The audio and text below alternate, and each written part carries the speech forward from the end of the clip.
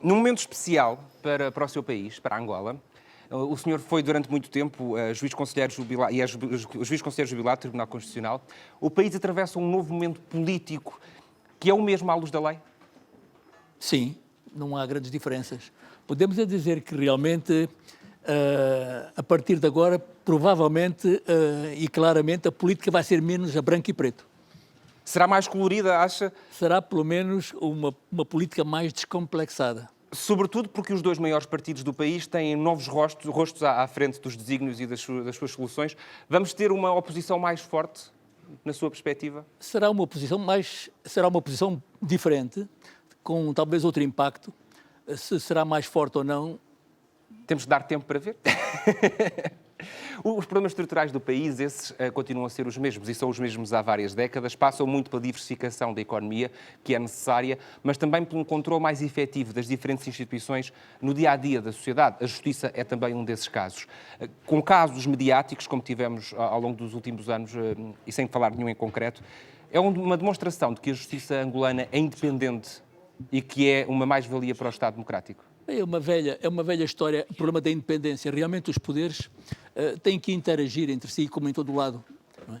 Mas provavelmente e sempre que uma decisão não agrada a um setor da opinião, a um setor da política do país, surgem sempre estas dúvidas.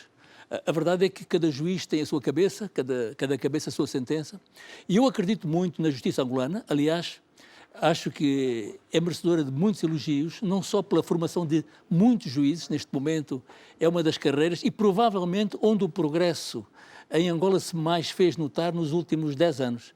Foi precisamente o Poder Judicial, com a criação do Tribunal Constitucional, que veio coroar de alguma maneira esta evolução do Poder Judicial, mas depois disso alargou-se hoje à criação do Tribunal da Relação, é uma outra peça da engrenagem judicial, e eu creio que Angola, neste momento, pode considerar-se um exemplo em relação ao seu poder judicial. E não creio que haja nenhuma decisão tomada até agora, nos últimos tempos, que possa ser levantada a questão da falta de isenção e de independência dos juízes. Portanto, essa está garantida.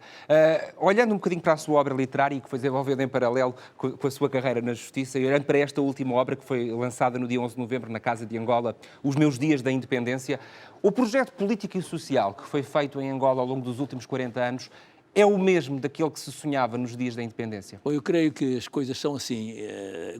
Toda a gente que viveu em 1975, qualquer que fosse o partido onde estava, penso que todos eles sonhavam com uma Angola melhor, uma Angola mais justa, uma Angola que saía do colonialismo e que, portanto, ia realizar os sonhos dos angolanos. Bom, esta é uma história. O que eu conto aqui neste meu livro é um outro lado da história, não é que é a história contada mais ou menos para a parte vencedora. Todos nós, quando falamos do 11 de novembro, vemos a mesma fotografia, o primeiro presidente de Angola, houve o hasteado da bandeira, há o discurso, há aquela tentativa de empolgamento, mas do resto é como se estivéssemos do outro lado da lua. Eu até acho que é quase uma Twilight Zone. Eu chego a pensar que... Não foram dias fáceis para si, sobretudo. Eu acho que o que escrevi, é um diário que eu escrevi dia a dia, aliás, noite a noite, às vezes à luz das velas, porque não havia eletricidade nos sítios onde eu estive.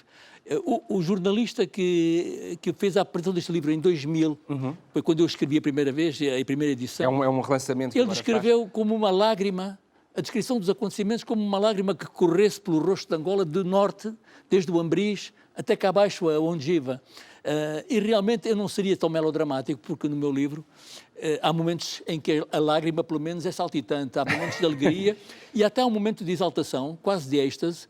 A primeira consoada, o primeiro Natal, em que estiveram à volta de uma mesa os principais dirigentes de Angola, que não eram os do MPLA, do MPLA estariam em Luanda, não sei como é que foi a consoada do presidente Agostinho Neto, mas como foi a consoada de Savimbi, Holden Roberto, Chipenda e outros, está aí relatada, e eu creio que é um relato único que merece ser lido. É uma narrativa que eu penso que merece ser lido. Quando me perguntam porquê é que eu hei de comprar o seu livro sobre os dias da independência, hoje as pessoas que o podem ler, provavelmente muitas das pessoas não eram nascidas nessa altura, já lá vão 44 anos. Mas eu julgo que há aqui um incentivo à curiosidade para ver. E, por outro lado, é uma história verdadeira, porque é a história de um fracasso.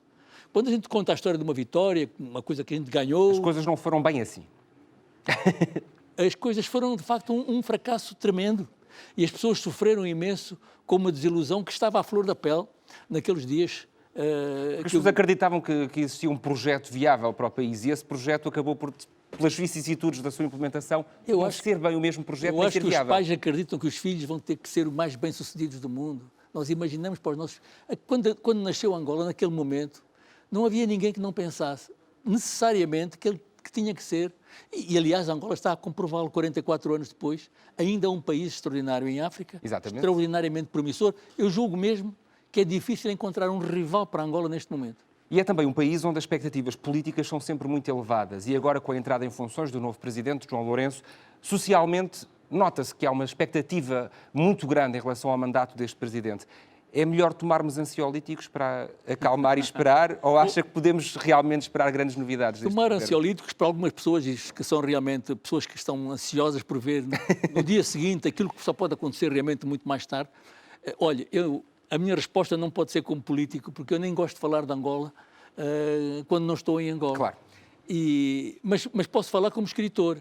Eu gostava de fazer um romance, como fiz um romance há pouco tempo, o Lengo Luca. Exatamente. É que se passa em Portugal, onde há angolanos aos milhões, vindos também de países como a Índia, da China, porque Macau fez parte de Portugal, a Índia também, e por que não haver aqui em Portugal uma nova CPLP, um país transformado por gente que vem desse lado. Bom, é claro que isto é uma distopia, como se diz, é uma invenção inventada. Faz algum sentido essa Mas invenção. eu agora, pensando no futuro, gostaria de escrever um romance passado em Angola, em que seria um país governado pelos seus atuais governantes e por aqueles que vierem a ser eleitos em próximas eleições, porque isto vai levar algum tempo a fazer-se, mas era um país em que eu queria ver as portas abertas. Eu não acredito que, por exemplo, aquilo que citou, a diversificação da economia, se tenha que fazer, por exemplo, através de protecionismo, tentar fazer coisas com taxas alfandegárias tremendas, com imensos sacrifícios para as pessoas que já ganham pouco, passarem ainda a ganhar menos. Com uma inflação galopante que se verifica dia após dia. Eu queria uma Angola, como se sonhou provavelmente há mais de 100 anos, muito mais pessoas do que aquelas que podem hoje imaginar-se. Provavelmente já todas morreram, mas o sonho ficou. E Angola continua um país que é um convite a um país aberto. E eu julgo que, se, por exemplo, no meu romance seria assim, acabariam os vistos todos.